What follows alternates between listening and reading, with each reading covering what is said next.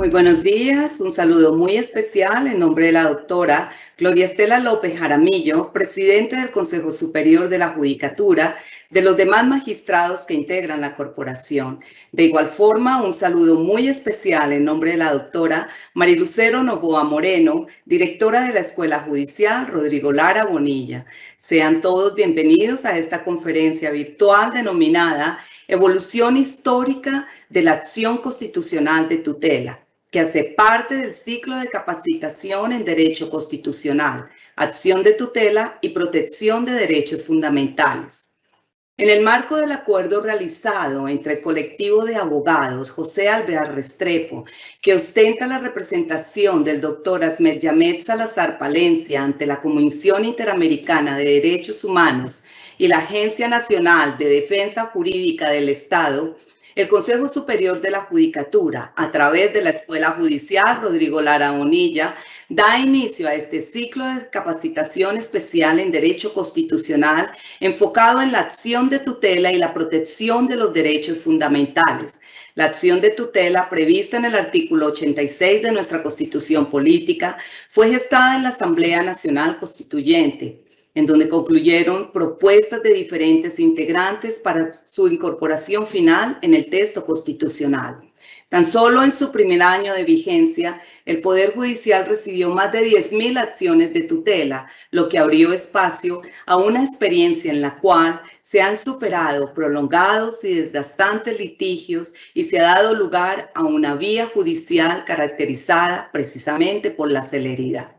La conferencia del día de hoy tiene como propósito comprender la evolución histórica de la acción constitucional de tutela como un mecanismo emblemático para el reconocimiento y protección de los derechos fundamentales previstos precisamente en la Carta Política de 1991. En esta oportunidad tenemos el grato gusto de contar con el doctor Fabián Salazar Cárdenas, abogado, magíster en Derecho de la Universidad de los Andes, en Derecho Constitucional de la Universidad de Sevilla y en Género e Igualdad de la Universidad Pablo de Olavide de Sevilla. Es docente universitario y actualmente se desempeña como magistrado del Consejo de Estado.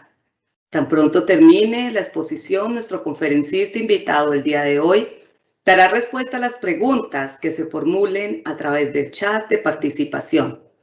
Las inquietudes técnicas que resulten sobre conexión, registro y evaluación de esta actividad serán atendidas con muchísimo gusto por servidores de la Escuela Judicial.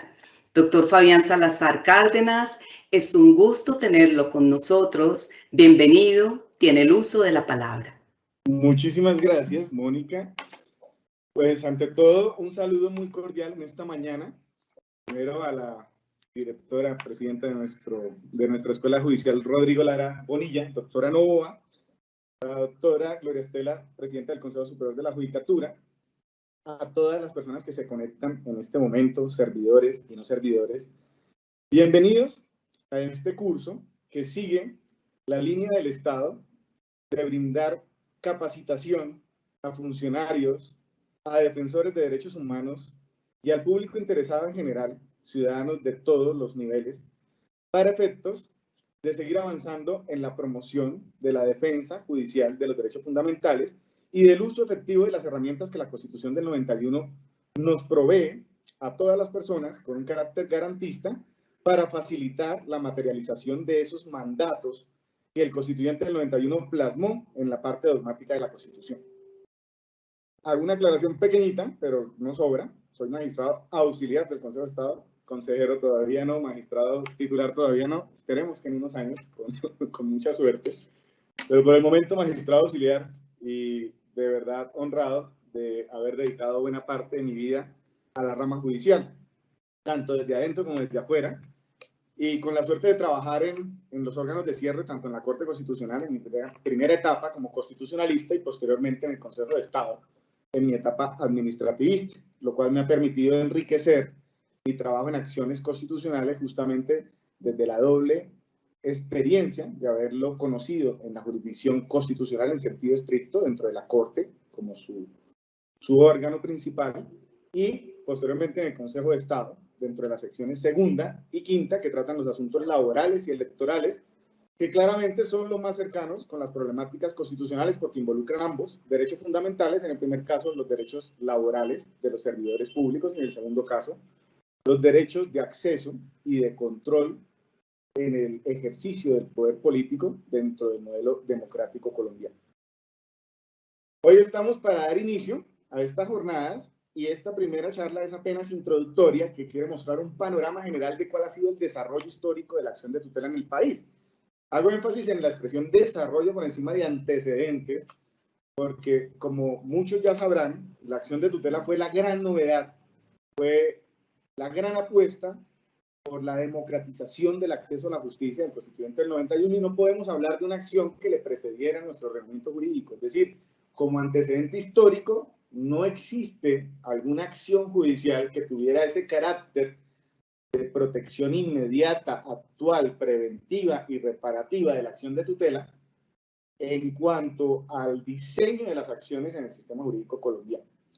Entonces, de alguna manera, lo que hicimos fue trasladar una figura que ya existía en el derecho comparado, que tuvo su origen en la Constitución de Yucatán en 1841, México, y que se propagó por todo el mundo occidental, y tomamos elementos tanto de esa acción en México, acción de amparo, también en España, en Alemania, en otros países vecinos de la región como Argentina, y construimos nuestro propio recurso de amparo al que además le quisimos poner un nombre propio y específico para caracterizarlo y resaltar su singularidad en cuanto a los demás. Por eso en nuestro caso se llama acción de tutela y no recurso de amparo como suele llamarse en el resto de ordenamientos jurídicos, a excepción de unos pocos, como el caso de Chile, donde se llama recurso de protección, o el caso de Brasil, pues, se llama mandada de seguranza.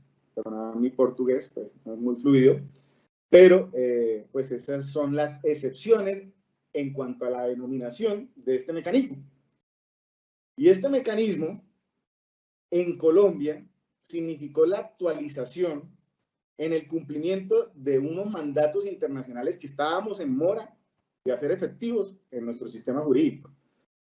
Porque ya desde 1966, con el Pacto Internacional de Derechos Civiles y Políticos, artículo 2, y en la Convención Americana de Derechos Humanos, artículo 25 de Protección Judicial de 1969, se establecía claramente la obligación de todos los estados partes de crear un mecanismo rápido, ágil y efectivo que permitiera la protección de los derechos fundamentales de todas las personas sin distinciones, sin demoras y sin obstáculos o limitaciones de índole procesal irrazonables o desmedidos. Y digamos que pasaron décadas sin que Colombia actualizara su ordenamiento jurídico para cumplir con esa obligación de buena fe, según el derecho de los tratados de Viena, que establece justamente el principio del pacta sunt servanda. Y el constituyente del 91 asumió esa tarea de actualizar nuestra legislación y consagrar directamente en la Constitución ese mecanismo que tales tratados le exigían crear y desarrollar en Colombia al constituyente, al legislador y al reglamento. Y de ahí surge la acción de tutela. Y ese momento histórico es el punto de partida de nuestra exposición a continuación, donde hablaremos de algunos de esos hitos de la jurisprudencia en materia de acción de tutela en Colombia. Obviamente, yo hago apenas una muestra representativa de esos hitos principales, pero no pretendo agotar el listado, esto es apenas enunciativo. En una hora además es imposible, entonces decidí escoger como lo más llamativo, si se quiere, de esos hitos y con mayor relevancia actual, pero me excuso de antemano si dejo por fuera otros hitos importantes que ustedes seguramente ya dentro de su práctica profesional han identificado y que, insisto, por un tema simplemente de tiempo y de organización, pues no podía incluir en esta presentación. Entonces, ese va a ser el desarrollo que haremos enseguida con estas diapositivas sobre la acción de tutela y a continuación, pues simplemente vamos a ir identificando. Entonces, ingeniero Rafael, podemos pasar a la siguiente diapositiva, por favor. Entonces, lo primero que yo quiero hablar es, digámoslo así, el sustrato axiológico necesario para que existiera acción de tutela en Colombia. Y para mí, ese sustrato se sintetiza en lo que la doctrina y la jurisprudencia han llamado la constitucionalización del derecho, que no es otra cosa que un proceso de actualización e integración normativa y jurídica en general para hacer una lectura de todo el ordenamiento jurídico en torno a la prevalencia y a la protección de los derechos fundamentales como el fin último de toda la organización estatal. Y ese proceso de constitucionalización necesitaba de unos pilares o fundamentos para poderse cumplir y desarrollar normalmente. Pueden haber otras lecturas. Mi lectura es que esos principios, ese sustrato axiológico de la constitucionalización está dada principalmente por tres principios. El de supremacía y fuerza normativa de la Constitución, en primer lugar. Sin darle ese carácter superior, preponderante a esos derechos fundamentales que traía la Constitución del 91, no era posible después hacer un proceso de armonización de la ley alrededor de los mismos. Y además ese principio tiene la particularidad, como está consagrado en el artículo 4 de la Constitución, de prever cuál es la solución ante una antinomia entre la Constitución y la ley, entre los derechos fundamentales consagrados en la Constitución y las normas de orden legal, pero en sentido genérico, en sentido amplio, que le fueran contrarias, y dice, en ese caso, prevalecerá, primará la norma constitucional, la protección de los derechos fundamentales, y esa es la consagración de la figura de la excepción de inconstitucionalidad, que ya pues ustedes estarán familiarizados con ella, y que consiste simplemente en inaplicar la norma legal que es contraria a la Constitución para garantizar la vigencia de los derechos fundamentales. El segundo pilar de este proceso es la prevalencia del derecho sustancial sobre el procedimental, y esto implicó también una revolución en cuanto a la tradición jurídica de tipo positivista decimonónico que traíamos en Colombia desde la Constitución del 86 hasta esa fecha. Y fue una ruptura para decir, ahora debemos incorporar los elementos de derecho, digámoslo así, de las corrientes antiformalistas del derecho. Y a partir de ahí entran diferentes mecanismos de interpretación a ser un complemento de los ya existentes desde el paradigma positivista, y entonces aparece ahí la interpretación. Junto a la interpretación histórica, literal y sistemática, la finalística, la axiológica, la del derecho viviente y, por supuesto, los test constitucionales con la ponderación como su eje principal. Y finalmente está el concebir los derechos fundamentales ya no solamente como derechos públicos subjetivos o derechos de defensa frente al Estado, que fue la herencia que nos dejaron los liberales y las revoluciones burguesas del siglo XIX, para decir, además, los derechos fundamentales son el orden objetivo de valores, el mínimo común ético, el gran pacto de la humanidad sobre lo esencial, sobre lo mínimo, irrenunciable, innegociable, inviolable dentro de todos los estados. Y que, por tanto, debía ser un diálogo entre jurisdicción nacional e internacional el que debiera alcanzar unos consensos sobre esos mínimos. Y a partir de ese entendimiento de los derechos fundamentales como orden objetivo de valores, es una categoría que traemos de Alemania, en el caso Lud específicamente, pues surgen unas consecuencias. Entender los derechos fundamentales con un contenido histórico, es decir, que se actualiza y que se nutre de la realidad, del contexto nacional, temporal, social, político, que le permite llenarse de contenido y estar constantemente progresando sobre los mínimos de protección. El efecto de irradiación, que no es otra cosa que ampliar el alcance de los derechos fundamentales para permear las normas de todo tipo dentro del ordenamiento jurídico interno, para que su interpretación se haga siempre de acuerdo con la máxima vigencia posible, el máximo estándar de protección de esos derechos fundamentales. La obligación de garantía, que fue una revolución en cuanto al régimen de responsabilidad del Estado, porque entonces el Estado dejó de tener una obligación solo de respetar los derechos fundamentales, que es una obligación de no hacer, una obligación negativa de abstención, a una obligación positiva de hacer, de garantizar los derechos fundamentales, que es una obligación muy robusta y compleja que incluye los deberes de prevenir, investigar, juzgar, sancionar y reparar integralmente esas violaciones de derechos fundamentales. Viene también con este principio el paradigma que amplía las obligaciones de derechos fundamentales también frente a particulares y les dice, oiga, particular, usted también está obligado a respetar los derechos fundamentales por regla general y por vía de excepción a garantizarlos cuando usted actúa dentro de esas relaciones privadas con una subordinación o con una supremacía, con una posición de poder similar a la que tiene el Estado frente a los particulares. Y en ese escenario usted también debe ser garante de los derechos fundamentales de quienes estén en esa situación de inferioridad frente a usted.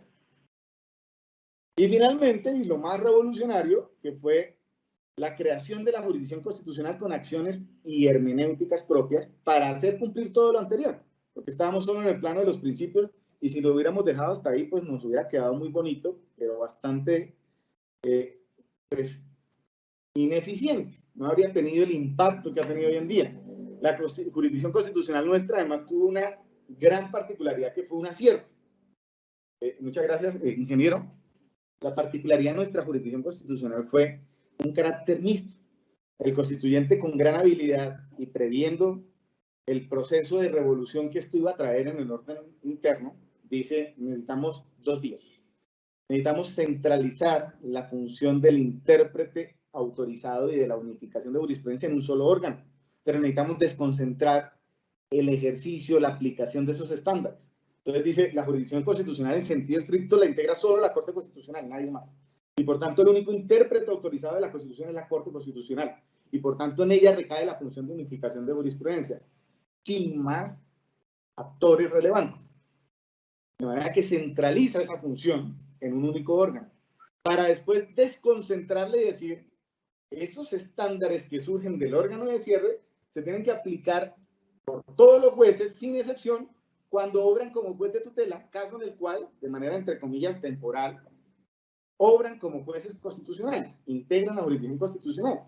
Y eso también fue una forma de obligar a todos los jueces del país a hacer un curso rápido y muy eficiente en derecho constitucional, que era algo muy novedoso para la época, porque el derecho para la época, el derecho constitucional era derecho político, más que derecho jurídico, y pues entre poner a todos los jueces a hacer especializaciones, cursos y diferentes capacitaciones, que también se hizo, pues el constituyente dijo, la mejor capacitación y actualización es que todo el tiempo tengan que estudiar la jurisprudencia que crea el órgano autorizado, Corte Constitucional, para aplicarla en sus decisiones. Y de ahí viene también la segunda justificación de esa desconcentración. Entonces, ese modelo mixto permitió rápidamente esa transformación de nuestro sistema jurídico hacia un sistema más antiformalista, respetando de todas formas las bases del positivismo que traíamos anteriormente, complementándolas, ampliándolas, y así la acción de tutela viene a ser la gran promotora de este proceso de constitucionalización del derecho. La acción de tutela es la que permite esa armonización, esa actualización de todo el derecho del país, del derecho interno y de todas las actuaciones de las autoridades para sincronizadamente integrarlas y armonizarlas con los estándares de la Constitución desarrollados por la Corte Constitucional. Entonces, esa fue la base de nuestro desarrollo, de nuestra acción de tutela. Ahora, vamos a ver cuál fue la apuesta en cuanto a su naturaleza jurídica, en cuanto a la forma de concebirla por parte del constituyente del 91. Y ahí viene otra particularidad. La acción de tutela, que está regulada en el artículo 86, ustedes lo verán, tiene casi una regulación completa de unos mínimos en ese artículo. Es un artículo extenso, con muchas reglas, inclusive hasta el plazo para contestarlas, para resolverlas, lo que demuestra una gran apuesta al constituyente del 91 por no dejar esto al arbitrio del legislador y hacerlo efectivo desde el propio texto constitucional para evitar que fuera después distorsionado por vía de desarrollo legal. Y ahí el constituyente dejó, sin embargo, unos puntos por resolver, que después fueron objeto de análisis por la doctrina de la jurisprudencia, y es, ¿cómo debo entender yo la acción de tutela en Colombia? Es un proceso como los procesos ordinarios que conocemos de toda la vida, es una acción autónoma con carácter fundamental, es decir, ejerce en la práctica como un derecho fundamental más, o es un proceso autónomo y específico con sus propias características. Y al respecto no hay una respuesta única, hay diferentes lecturas, dependiendo de cómo entiendo yo la acción de tutela en estas 3 posibilidades de su naturaleza jurídica, la forma de tramitarla y decidirla también cambia. Entonces yo aquí hago una descripción un poquito arbitraria, si se quiere, de cómo lo han entendido los jueces en el país por jurisdicciones. Entonces, según mi lectura, la concepción de la tutela como un proceso más, un proceso al estilo de los ordinarios, con los mismos institutos y categorías de los procesos ordinarios, es una apuesta que viene tomada desde la doctrina argentina, con Osvaldo Gozaini como uno de sus artífices, y en la justicia colombiana, la Corte Suprema de Justicia ha sido la abanderada de esta posición, de decir, mire, en realidad la tutela puede tener unas reglas muy particulares, pero se sigue rigiendo por las categorías y los institutos típicos de un proceso. Hay una litis, hay unas partes, hay una contradicción, hay unas fases, hay unas etapas, hay unos requisitos de procedibilidad, hay unos aspectos de valoración probatoria mínimos, hay unas sentencias, primera y segunda instancia, dice, yo veo ahí un proceso. Y cuando yo veo un proceso y veo partes enfrentadas y veo una litis, la forma en que yo analizo, tramito y decido las acciones de tutela, va a ser la forma tradicional del proceso donde yo debo partir de garantizar un equilibrio entre las partes, donde el juez debe tener un autocontrol, si se quiere, una autorrestricción en sus facultades oficiosas e instructivas para evitar romper ese equilibrio. O sea, es casi un tema adversarial. Y por supuesto eso cambia, insisto, por completo la forma de entender y aplicar la acción de tutela. Del otro lado está la Corte Constitucional, y la Corte Constitucional, que además es la intérprete autorizada, dice, mire, la tutela es un derecho fundamental. Está en los tratados que Colombia ha suscrito, los que ya mencioné. Pacto Internacional de Derechos Civiles y Políticos, artículo 2, Convención Americana, artículo 25, protección judicial. Toda persona tendrá derecho a un mecanismo judicial ágil, rápido y efectivo para la protección de sus derechos fundamentales. Entonces, el mismo mecanismo de protección es a su vez un derecho fundamental. Es una acción autónoma de carácter fundamental de todas las personas. Si es un derecho fundamental, ¿yo cómo lo debo juzgar? Con un criterio amplio, garantista, antiformalista, porque aquí lo que yo debo garantizar es la máxima tutela judicial. Y entonces aquí las facultades oficiosas instructivas del juez se despliegan en su máxima expresión, porque lo que pretende el juez es que el derecho fundamental a la tutela judicial efectiva alcance la máxima protección y materialización dentro del trámite de decisión de la acción de tutela. Entonces ahí las formas procesales, de alguna manera, se van aminorando al tiempo que el rol del juez se va acrecentando para lograr ese propósito de garantizar ese derecho fundamental. Y considero yo que en una posición intermedia, bueno, aquí Néstor Raúl Correa, en su derecho procesal de la acción de tutela, nos explica muy bien cuál fue ese desarrollo de estas categorías en la jurisprudencia constitucional colombiana. Y finalmente está la concepción de la tutela como un proceso jurisdiccional de carácter autónomo y especial. Sí es un proceso, pero no es un proceso como cualquier otro, no es un proceso como los ordinarios. Proceso constitucional que requiere unas normas propias. Y en ese sentido, quien desarrolla esa tesis en la doctrina de este lado del mundo es Eduardo Ferrer MacGregor, y el tribunal que más ha cogido y que más ha profundizado en esta concepción ha sido el Consejo de Estado, donde me desempeño, donde ha dicho, bueno, es verdad, o sea, ni tanto que queme al santo, ni tampoco que no lo alumbre. Es verdad que es un derecho fundamental, nadie lo duda. Es verdad también que tiene una estructura de proceso más o menos aplicable a las categorías tradicionales, pero no de la misma forma. Tanto que yo ahí no hablo de partes, porque yo no hablo de demandante y demandado. Hablo de accionante y hablo de accionado. Tanto que ahí no hay contestación de la demanda, porque lo que hay es un informe del demandado. Y por tanto yo no puedo hablar de una litis en sentido estricto. Y por tanto el derecho de defensa también tiene unos matices, porque el demandado en realidad no es que esté en contra del demandante, ambos buscan el mismo propósito.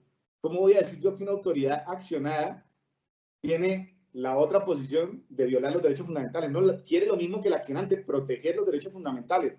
Ahí es que ponerlos de acuerdo en cuál es la fórmula de protección. Pero ambos están en el mismo extremo, no son dos extremos opuestos de la litis. Y por tanto también temas propios o categorías o institutos propios como la nulidad de las recusaciones, etcétera, también tiene un carácter restringido en la acción de tutela, porque lo que se busca es no dilatar su decisión. Entonces, hay toda una especie de reconstrucción de las categorías procesales tradicionales, aplicándolas a la acción de tutela, atendiendo a esa especificidad de un proceso sin contradictorio, donde no hay propiamente una litis y, por tanto, sí hay unas reglas para que su decisión sea pronta, sea efectiva, sea adecuada y materialice los derechos fundamentales, garantizando los derechos de las partes, pero sin entrar en el mismo estilo procesal de un proceso ordinario. Entonces, esas son las tres formas de entender la acción de tutela. Las tres viven en Colombia. Depende quién, cada uno puede tener su acercamiento más hacia una o hacia otra. Y como digo, no es una cuestión que tenga, digamos, un carácter inerme, ¿no? De eso depende en gran medida yo cómo puedo tramitar y decidir la acción de tutela. Y pues la clasificación por tribunales, por órganos de cierre, pues es una concepción apenas intuitiva, como para promover el diálogo, pero por supuesto que no es absoluta y está abierta a la discusión y a la controversia. Pasamos, por favor. Señores, muchas gracias. Las características de la acción de tutela en Colombia también nos ayudan a entender cómo fue su desarrollo posterior.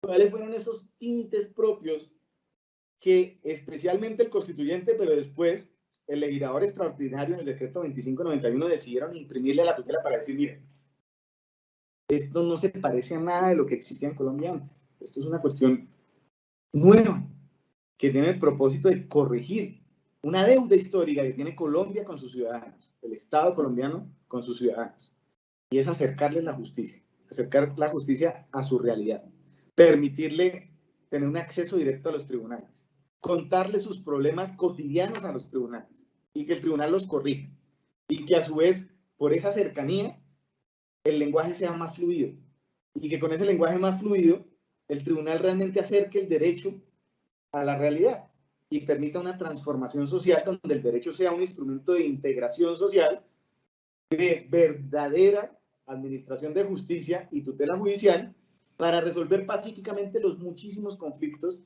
que tiene la sociedad colombiana. Entonces, aquí empieza a ser esa tarea de caracterización.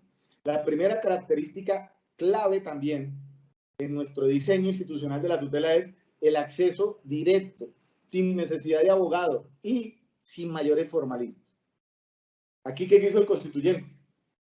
Que ya el derecho de dejar los derechos fundamentales no fueran una esfera que se apropiaran los abogados y los jueces para hablar entre ellos, ¿no? Que el ciudadano hablara de derechos fundamentales y lo logró de una forma maravillosa. Tanto acercó la tutela que empezó a estudiarse Constitución hasta en el colegio. Entonces yo a un niño desde edad temprana le dice a su papá si de pronto le levanta la voz o al profesor si de pronto pues lo maltrata de alguna manera, le dice, lo voy a denunciar, es que yo tengo derechos fundamentales, yo tengo derechos del niño, usted no me los puede violar. Yo he escuchado niños diciendo ese tipo de frases. A eso le apostó el constituyente con nuestra acción de tutela, que el derecho dejara de ser un dominio de los doctos, de los juristas, y que se volviera un tema común, un tema ciudadano. Y lo logró de forma realmente importante, en gran medida, porque quitó del medio a los abogados.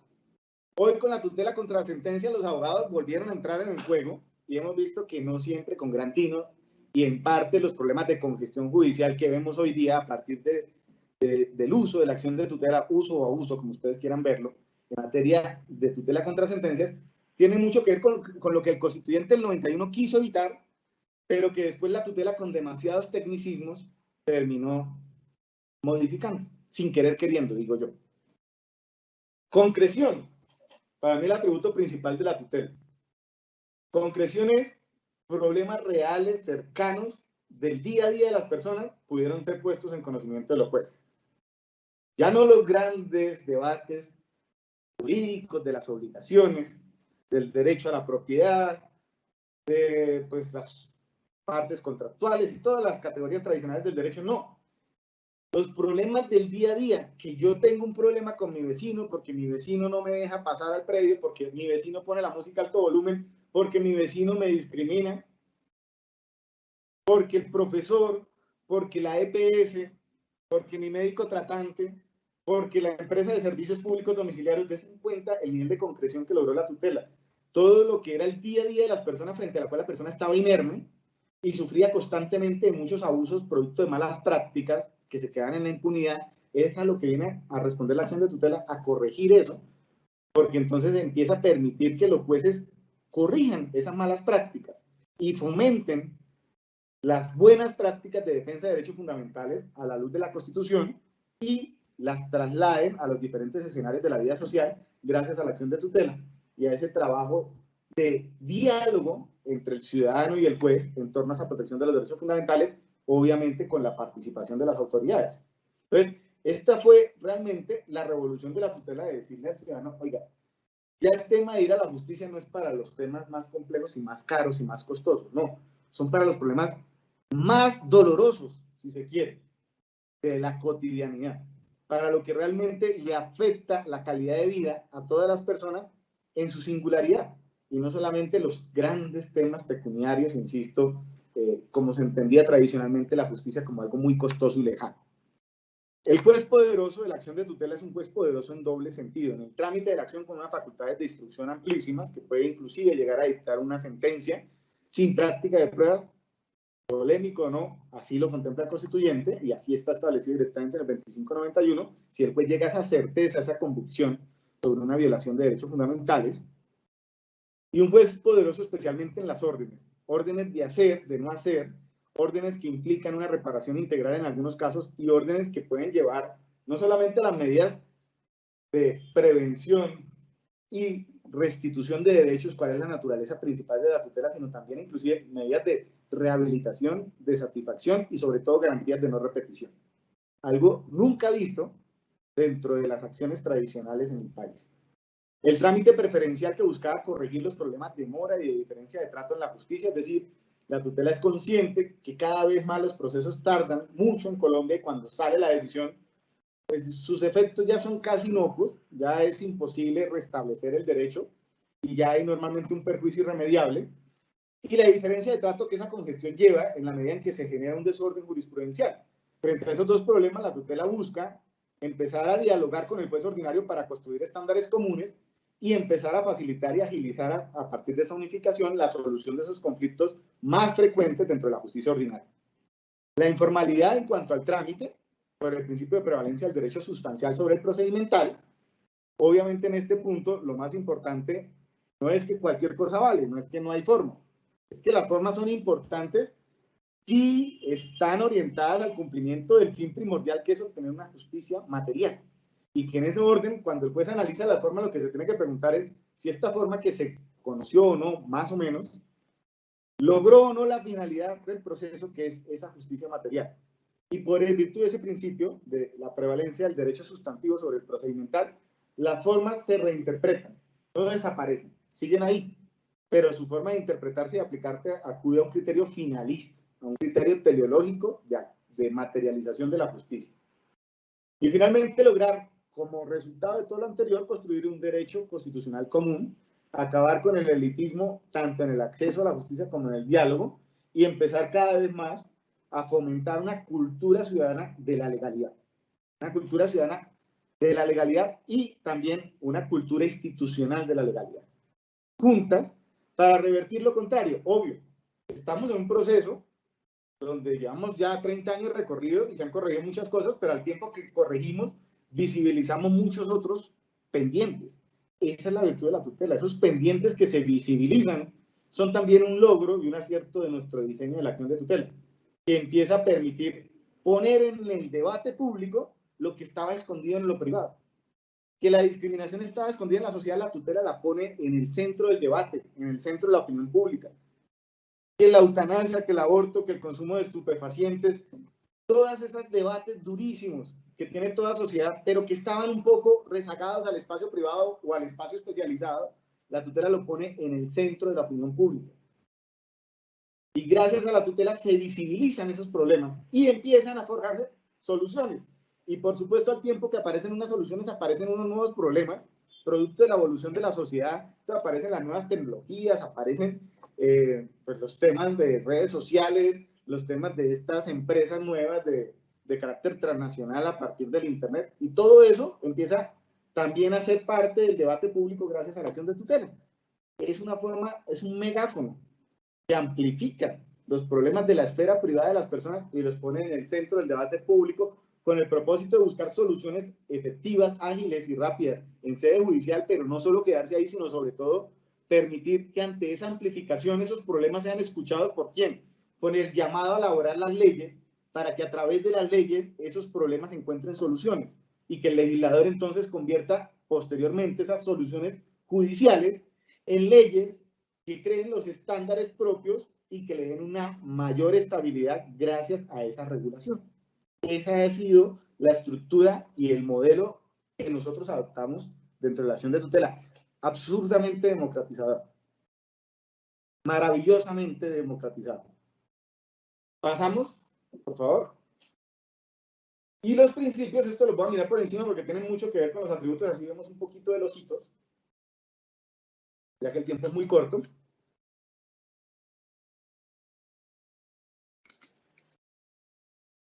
Y los principios son casi un desarrollo y a veces casi la reproducción de esas características. La publicidad que está no solamente en poner en conocimiento de las partes y los interesados, todas las actuaciones dentro del trámite de la tutela, sino que el mismo expediente de tutela es un expediente público, es un expediente que admite intervenciones ciudadanas, obviamente garantizando una confidencialidad en los temas que tienen alguna reserva y con unas reglas de acceso a esos documentos especiales. Pero el principio y la regla general es que el expediente también es público. La prevalencia del derecho sustancial de la que ya hemos hablado, que revoluciona el paradigma formalista decimonónico, del positivismo decimonónico, que rendía culto a las formas, la economía, que se traduce en el trámite, un trámite más ágil, menos demorado, menos estresante y a su vez menos costoso económicamente, celeridad en la decisión, agilidad, que la decisión llegue antes de que se produzca el perjuicio, no después de que se produce el perjuicio, es corregir las situaciones antes de que se genere un daño, restableciendo los derechos de forma oportuna para que la persona pueda volver a disfrutar de la plena vigencia de sus derechos fundamentales.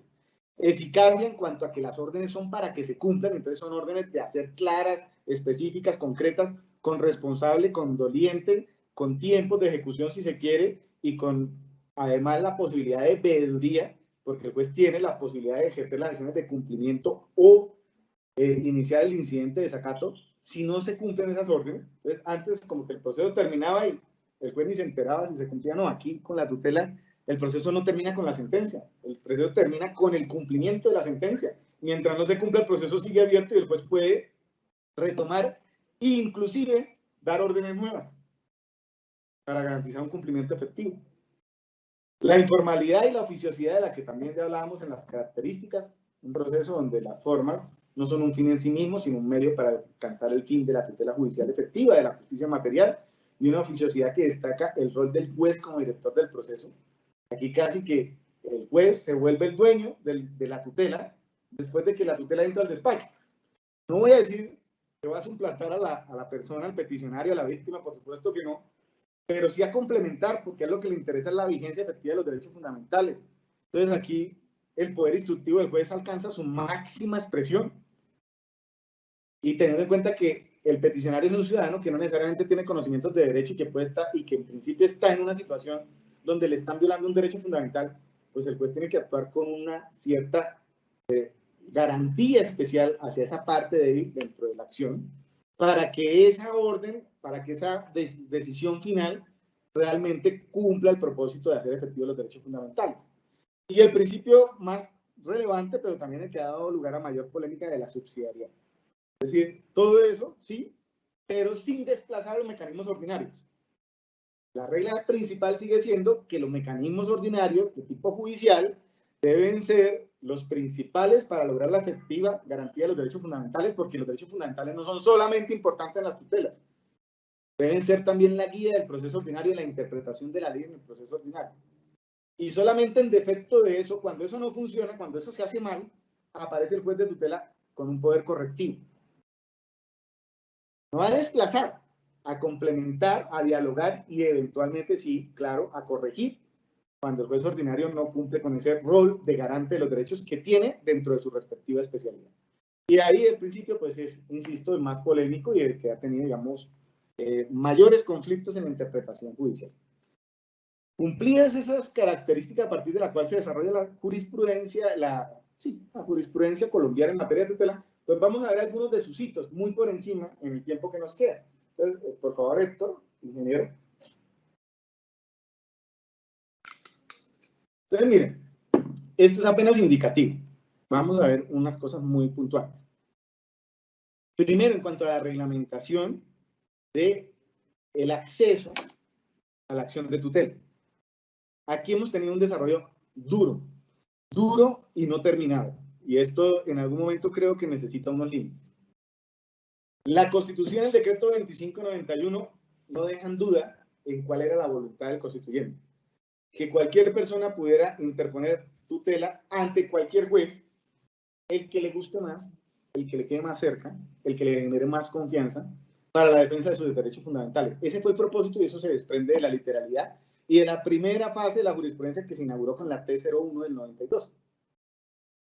Inclusive, si se quiere, si el constituyente quería una especie de competencia, por decirlo así, despertar una especie de sana rivalidad entre los jueces para que empezaran a querer destacarse por ser pues, los que más garantizan los derechos fundamentales, algo completamente válido en un Estado social de derecho.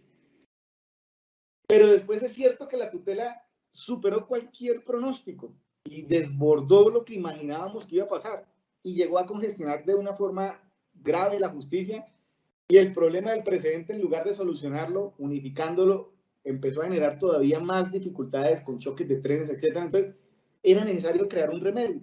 Lo ideal es que ese remedio lo hubiera creado el legislador, pero nuestro legislador no respondió ante esa necesidad. Y entonces tuvo que hacerlo el reglamento. Y aparece el 1382, el primero, después de mucho tiempo de tomarse la reflexión seria sobre el tema, dice, mira, hay que crear unas reglas de reparto.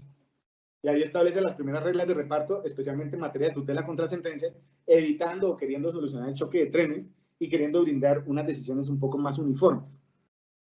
Esto tuvo una división grandísima porque la Corte Constitucional sacó unos autos, especialmente el 071 del 2001, donde dijo, eso es inconstitucional, esto tiene reserva de ley, además reserva de ley estatutaria, usted está modificando las reglas de competencia de la acción de tutela, y eso no lo puede hacer el reglamento. Sin embargo, la Corte dijo, esto lo resuelve el Consejo de Estado y hay una demanda de nulidad por inconstitucionalidad contra ese decreto. Esperemos a ver qué dice el Consejo de Estado. Y el Consejo de Estado saca dos sentencias, la primera instancia en el 2002, la segunda instancia en el 2010, donde le dice al gobierno, sí, usted podía hacerlo, porque si usted, por vía reglamento, puede reglamentar incluso los códigos, aquí también. Y lo que usted está haciendo es unas reglas de reparto, son reglas de competencia.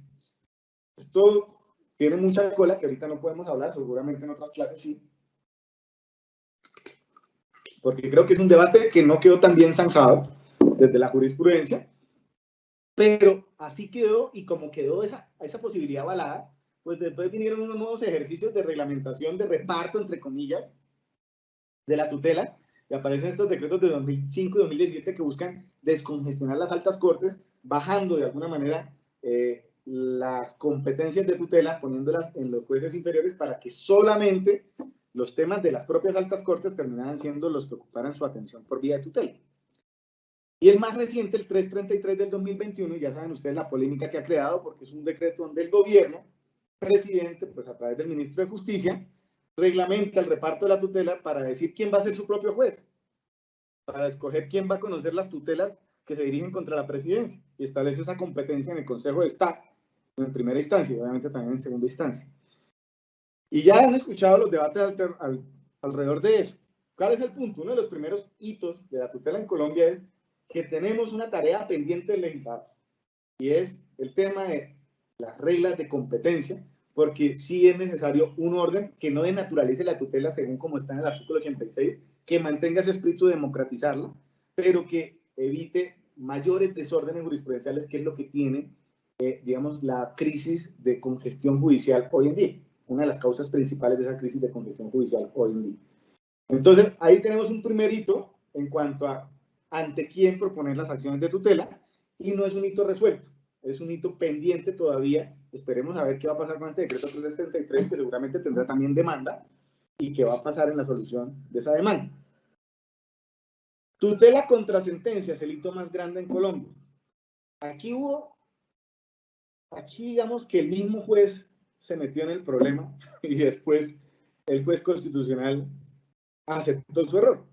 Resulta que aquí no había discusión sobre si la tutela procedía o no contra sentencias, porque el 2591 ya lo establecía en su artículo 11 con una regla de competencia. Creo que el otro era el 41 del 2591 sobre el plazo, no, el 11 era sobre el plazo y el 41 sobre la competencia. Y decía, pues sí, se puede contra sentencia, el plazo será de 2 meses, demandan esa norma, y sale la C543 del 92 que dice, no hay tutela contra sentencia, es una decisión dividida.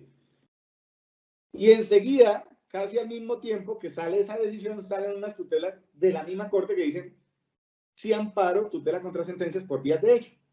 Y esa doctrina de la vía de hecho es desarrollada después en la 08 del 98 y en la 1017 del 99, donde se conceptualizan los defectos que configuran la vía de hecho, el defecto sustantivo, procedimental, orgánico y fáctico. Y con esa doctrina de la vía de hecho estuvimos hasta el 2005-2006, cuando aparece el nuevo hito que sigue vigente hoy en día, que son los requisitos generales de procedencia o procedibilidad de la acción de tutela, los que el juez debe analizar como requisitos adjetivos, y los requisitos específicos de prosperidad o de procedencia ya no de la acción, sino del amparo, de la orden de protección, o sea, los que permiten la prosperidad de la acción de tutela. Que se crean, pues primero se mencionan en la 949 del 2003, pero realmente se sistematizan en la 590, C590 del 2005. Y que hoy en día han posicionado este tema como uno de los que más frecuentemente se presentan ante los jueces por vía de acción de tutela. Cada vez más y cada vez, digámoslo así, con mayor caos, con mayor desorden, en ese digamos, afán de muchos abogados por llevar sus causas hasta la última consecuencia, a ver si en alguna parte le dan la razón. De eso, pues, no tenemos tiempo de hablar hasta ahora, pero es un segundo hito, tutela contra sentencias, sin duda, ha sido algo muy particular en su evolución en la historia de Colombia y todavía está ese proceso abierto y pendiente de nuevas soluciones, también con mora de una regulación que permita superar esas dificultades que se han encontrado al respecto. Otra gran característica son las llamadas sentencias estructurales, las que declaran los llamados estados de cosas inconstitucionales. Sentencias en las que la Corte Constitucional ha dicho actúa como un verdadero estadista, el juez siendo estadista y el juez tomando decisiones y dando órdenes que implican políticas públicas para efectos de garantizar situaciones sistemáticas y estructurales de violación de derechos fundamentales. Aquí, pues, los ejemplos, la primera fue la 227-97 y pues han sido infinitos temas, por ejemplo, crisis carcelaria, crisis de desplazamiento forzado, crisis del sistema de salud, crisis de los niños y mujeres embarazadas en La Guajira. Todos esos temas, la Corte lo que ha dicho es frente a violaciones sistemáticas y estructurales de derechos fundamentales, aun cuando se me presenten en sede, digamos, de tutela individual, yo puedo dar órdenes estructurales a todas las autoridades encargadas de atender esa situación para corregir esa violación sistemática de derechos fundamentales. Hoy en día hay una muy interesante que se está tramitando en la Corte Constitucional sobre el incumplimiento del acuerdo de paz en materia de garantías para la vida de los excombatientes que se reintegraron a la vida civil y que están siendo asesinados, y que podría marcar nuevamente una gran, digamos, disputa, si se quiere, o llamémoslo así, un gran debate nacional frente al cumplimiento del acuerdo entre las altas cortes, la JEP, el gobierno nacional y, por supuesto, quienes suscribieron el acuerdo y quienes se sometieron a él. Siguiente diapositiva, por favor. Selección de tutelas. Un tema que parecía no muy relevante, que no fue muy llamativo hasta que estallaron tristes y lamentables escándalos de corrupción al interior de la Corte en esta materia. Hasta ese momento no había sido conflictivo y se manejaba una absoluta discrecionalidad producto de la propia Constitución, del decreto 2591 y de los reglamentos de la Corte que decían la revisión es una facultad discrecional, es según la apreciación de cada magistrado de quien integra la sala de selección y con un mecanismo de insistencia que permite una cierta, digámoslo así, un reexamen de algunos casos en los que eventualmente la Corte pudo pasar por alto elementos importantes para la selección.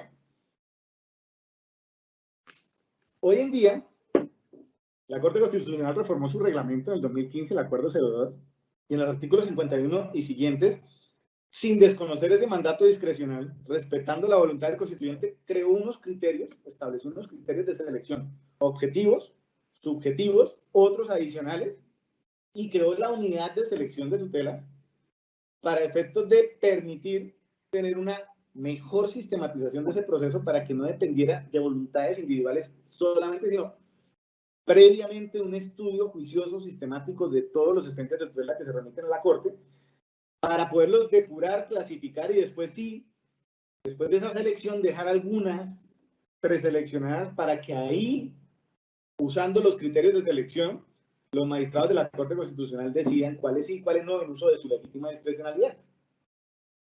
Ese también es un proceso que está hoy en día en un desarrollo con muchas tareas importantes, un diplomado que se está realizando también para capacitar a quienes realizan esas tareas al interior de la Corte. Asimismo, pues ha habido un proceso de sistematización y aplicación de las nuevas tecnologías, de la información y las comunicaciones a través de proyectos piloto como fue Prometea en la Corte Constitucional, para que sea a través de un software de inteligencia artificial que se haga ese filtro genérico en los procesos de selección, dada la gran cantidad de tutelas que se remiten a diario. El sistema de precedente, que fue también absolutamente revolucionario, porque veníamos de una tradición jurídica que le desconocía cualquier carácter vinculante a la jurisprudencia, era apenas un criterio auxiliar, y de repente la jurisprudencia, sin darnos cuenta, se volvió un criterio principal de decisión judicial, y si no, hay que leer cualquier sentencia para darse cuenta que ninguna sentencia hoy en día es posible sin jurisprudencia que la justifique. La justificación no está no solo en la ley, sino en la jurisprudencia que la desarrolla. Y entonces era, a partir de eso, necesario organizar el precedente. Vino la C836 del 2001, que recogió la línea jurisprudencial de lo que había dicho la Corte hasta el momento, de la obligación de fallar coherentemente casos iguales en virtud del principio de igualdad y de seguridad jurídica. Después vinieron la SU 120 del 2003, que resolvió el tema del choque de trenes, en ese caso frente a la reliquidación de la primera mesada pensional. La 698 del 2004, que habló de precedente horizontal y estableció reglas claras para que el juez también tuviera la oportunidad de separarse del precedente, pero no de forma arbitraria, caprichosa e infundada, no, con una organización metodológica. Referirse al precedente anterior, identificar cuál es la razón del precedente anterior, explicar por qué ahora hay una razón que obliga a replantear ese precedente y explicar el nuevo precedente desde la razón suficiente, bien por un cambio en el contexto histórico, normativo, por una decisión de un tribunal internacional. Bueno, hasta allá no vamos a entrar porque se nos acaba el tiempo. Y después la T292 del 2006, que nos habló de que el presente no era solamente el decisum de las decisiones, no era solamente el resuelve de las decisiones, sino que estaba en la misma ratio decidendi, en la razón de la decisión, que esa era la que realmente hacía el tránsito a cosa juzgada, no solamente el decisum, y que por tanto esa era la que vinculaba a fallar igual casos iguales en el futuro. El bloque de constitucionalidad y control de convencionalidad, y con esto pues ya vamos cerrando, vienen hoy en día construyendo ese diálogo. En cuanto al bloque de constitucionalidad, lo trajimos en la 225 del 95, lo trajimos definido tal cual como lo definió el Consejo Constitucional francés en el 70-71, como normas no escritas en la Constitución que se integran armónicamente, que hacen parte de ella. Después construimos el bloque propio, dándole dos dimensiones, bloque en sentido estricto, bloque en sentido lato. Eso se hizo en las sentencias C191 del 98 y C582 del 99. Después vino la sentencia de despenalización del aborto, C355 del 2006, que amplió la figura del bloque, de alguna manera convirtiéndolo en un bloque relacional, algo que sigue desarrollando la jurisprudencia constitucional. Y en ese momento empieza a llegar el control de convencionalidad que se crea en el sistema interamericano a partir del caso Almonacid Arellano, en el 2006, en esa misma fecha, y lo empezamos nosotros a incorporar con la figura del bloque y empiezan a dialogar bloque y control de convencionalidad en la jurisprudencia.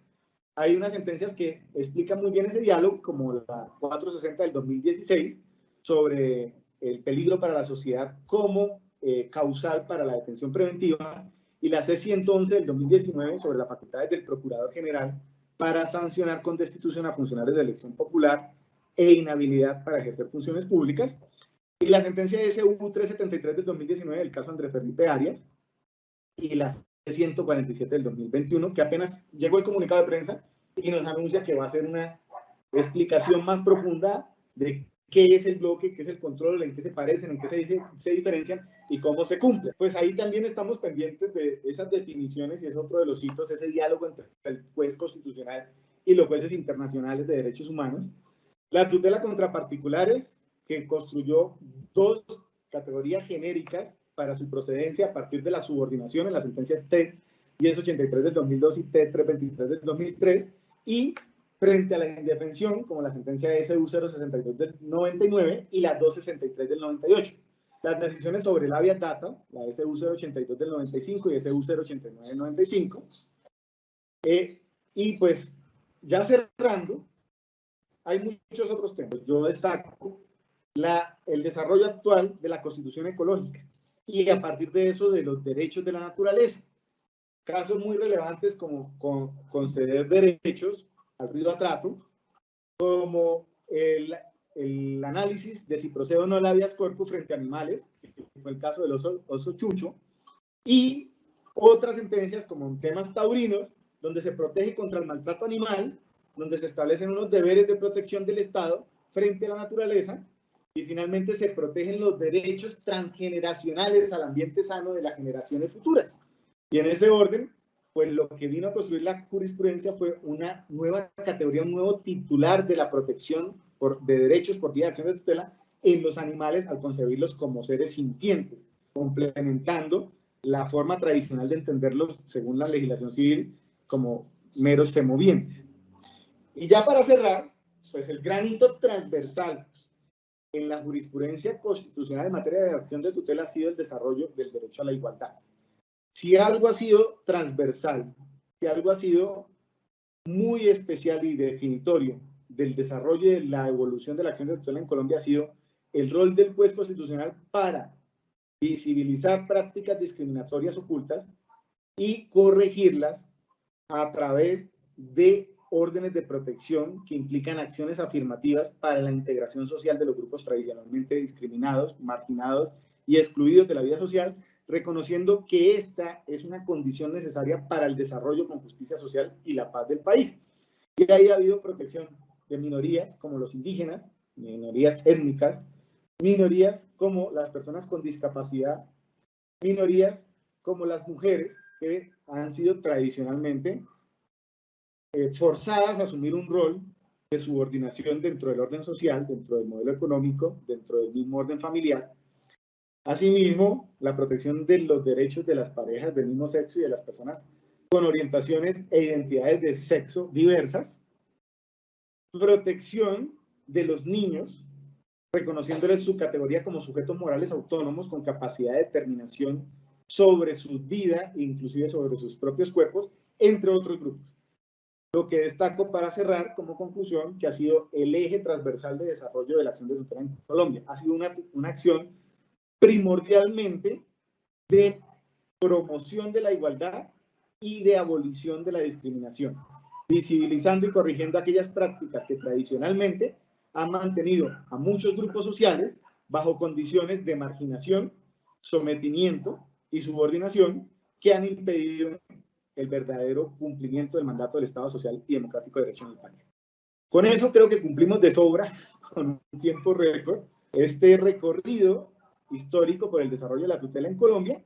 Quedo atento a las preguntas y sé que muchas preguntas quedarán sin resolverse, pero para eso está este curso y para eso era esta charla. Esta era la abrebocas para sembrar interrogantes, para que ustedes tengan pues un mapa genérico donde ustedes puedan ir desarrollando sus inquietudes que seguramente vamos a ir complementando en cada uno de los bloques que hacen parte de este maravilloso curso.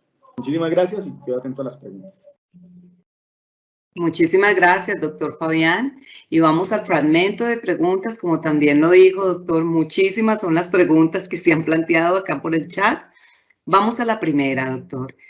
¿Cuáles siguen siendo los principales aspectos que conserva la acción de tutela desde la forma como fue concebida en el año 1991? A eso de una vez, a quemarropa. Bueno, Mónica, pues a ver. Aspectos que conserva, yo creo que las características que mencionamos en un comienzo de esta exposición resumen bien esos elementos que son todavía definitorios de la acción de tutela. Y dentro de esos, para mí el más claro es el de la concreción y el del juez poderoso. La concreción en cuanto a que la tutela resuelve problemas de la vida real. La tutela es el mecanismo que de alguna manera las personas sienten más cercano a su cotidianidad y donde la justicia se acerca a esa cotidianidad de las personas. Entonces, si ustedes le preguntan a cualquier ciudadano cuál ha sido la conquista, lo que más valoran del sistema jurídico en Colombia, cuál es el aspecto que más rescatan y valoran, la respuesta casi sin duda sería la acción de tutela. Eso ha sido incluso a veces contraproducente, porque entonces cuando alguien propone una reforma a la tutela, que ojo, es necesaria, hay muchas cosas que es necesario dejar ya no en manos del juez como intérprete, sino definir desde la misma ley, desde el debate democrático que tiene lugar en el Congreso. Pero pues cada vez que alguien habla de reforma a la tutela, hay un gran costo político en baja de popularidad, porque hay una reacción vehemente de las personas que nos quieren quitar nuestra gran conquista, nos quieren pues volver a dejar otra vez en esa situación de rezago frente a la justicia sin posibilidades reales de obtener tutela judicial. Entonces, la concreción, el tema de acercar la realidad de los derechos fundamentales a la justicia y la justicia a las personas, para mí es el atributo más claro que se mantiene desde su fundación hasta la fecha. Y en el mismo sentido, el rol del juez constitucional, un rol único, sui generis, frente a lo que teníamos, frente a lo que hacía el juez ordinario, y no solamente se ha reforzado, sino que ahora el juez ordinario cada vez más mira y asume su rol de juez constitucional y entiende que el juez constitucional no es solo el juez de tutelas, es también el juez de la jurisdicción ordinaria de la contenciosa administrativa dentro del ámbito de su especialidad, y que en ese orden, dentro de las acciones o medios de control ordinarios, el juez tiene que asumir el rol de garante de los derechos fundamentales de las partes involucradas en el proceso y pensando en la garantía íntegra de los derechos fundamentales para todo el conglomerado social. Entonces yo creo que ese ha sido el otro gran aspecto que ha conservado la acción de tutela en cuanto a sus atributos esenciales. El rol del juez no solamente se ha mantenido y reforzado en su carácter poderoso de garante de los derechos fundamentales, sino que ha traspasado sus fronteras y ya no es solamente un rol del juez en materia de tutela, sino es un rol del juez asumido también en sede ordinaria. Siguiente pregunta, doctor. ¿Qué aspectos han enriquecido de manera significativa la acción de tutela desde su aparición en la Constitución del 91?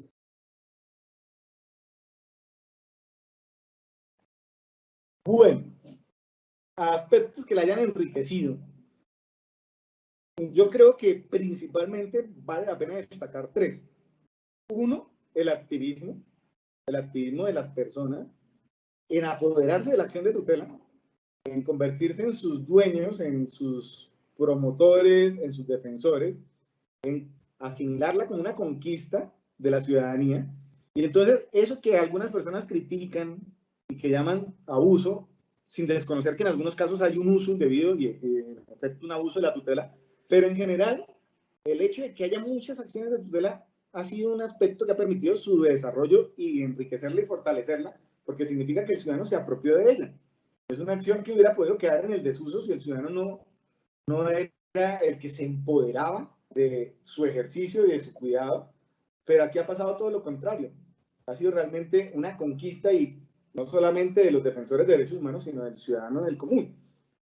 Y que en ese sentido, pues, ha permitido que la tutela tenga esa vida tan larga, tan vigorosa, y que siga manteniendo hoy en día su relevancia dentro del campo de las acciones constitucionales y judiciales en general.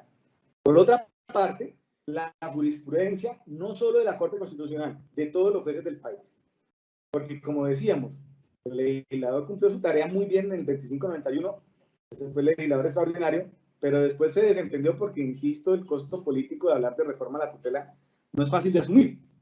Entonces, ¿quién lo ha hecho? La jurisprudencia, con aciertos y desaciertos, pero creo yo siempre con una buena fe, con un ánimo de permear los derechos fundamentales en todo el ordenamiento jurídico y al mismo tiempo blindar la acción de tutela frente a interferencias indebidas del poder. Y en eso no solo ha sido la Corte Constitucional, han sido los jueces ordinarios desde el más alto, desde los órganos de cierre hasta el juez promiscuo municipal del municipio X en Colombia. Todos han asumido esa tarea con mucha independencia y con mucho compromiso para crear estándares cada vez más garantistas en materia de derechos fundamentales, al punto que nosotros somos un ejemplo en el mundo en materia de protección de derechos fundamentales desde la jurisprudencia. Ya todos dirán, bueno, la realidad, ahí no somos tan ejemplares y no voy a discutir al respecto, pero desde los estándares jurisprudenciales nosotros somos una vanguardia, un referente para la región y para el mundo. Las decisiones de nuestra Corte, y no solo de la Corte Constitucional, de otros tribunales, son objeto de estudio en cursos de posgrados en otras partes del mundo, como los que yo hice en España o los que hice en Italia. Y eso ha sido clave para el desarrollo de la tutela. Y finalmente, lo que ha enriquecido también, y no se puede desconocer, y relacionado con eso ha sido el diálogo entre tribunales, el uso del derecho comparado. Que nosotros abriéramos la discusión de los derechos fundamentales de un asunto estrictamente interno, de un diálogo casi autorreferente entre una corte consigo misma, sin escuchar a otros, pues hubiera matado a la acción de tutela.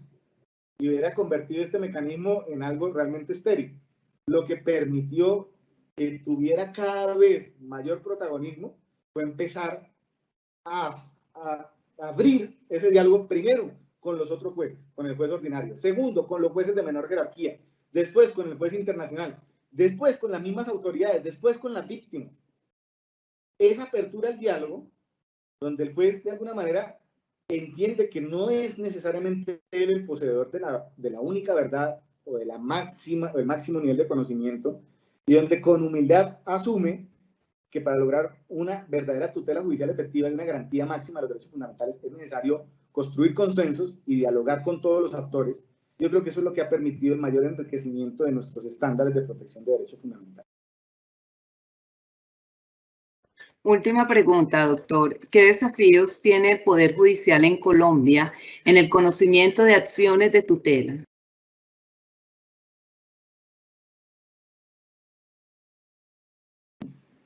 Desafíos del juez. Bueno, muchos.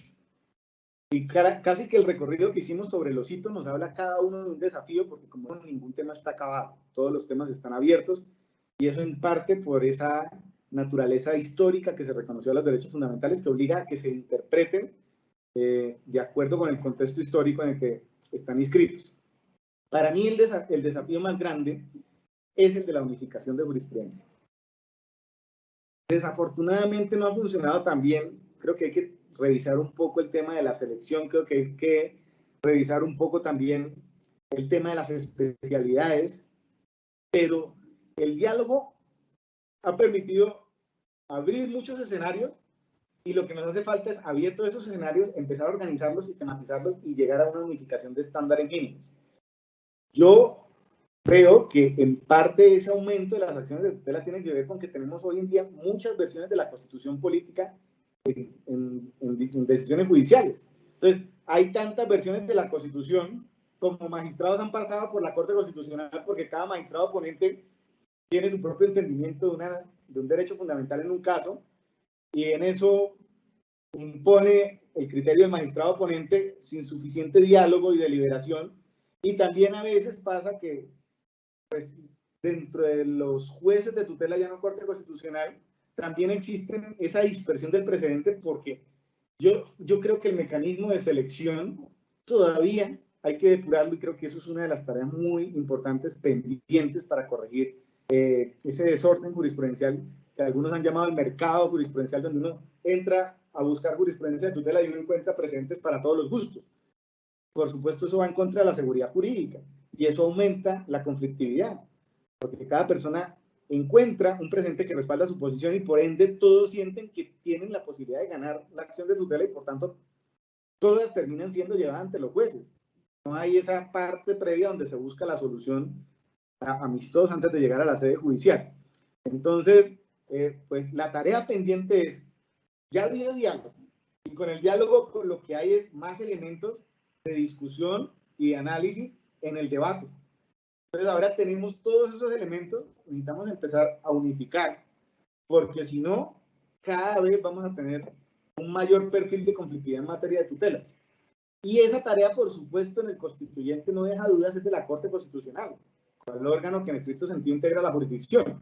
Y la forma de hacer esa unificación, el mecanismo para hacerlo es el de selección. Creo que hay que seleccionar menos y seleccionar mejor. Esa sería una recomendación con mucha humildad.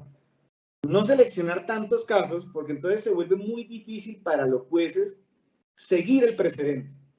Tendrían que leerse muchos casos al año, imposibles, o sea, no sé, 3.000 sentencias de tutela, 4.000 al año, para conocer los precedentes, y eso no es viable.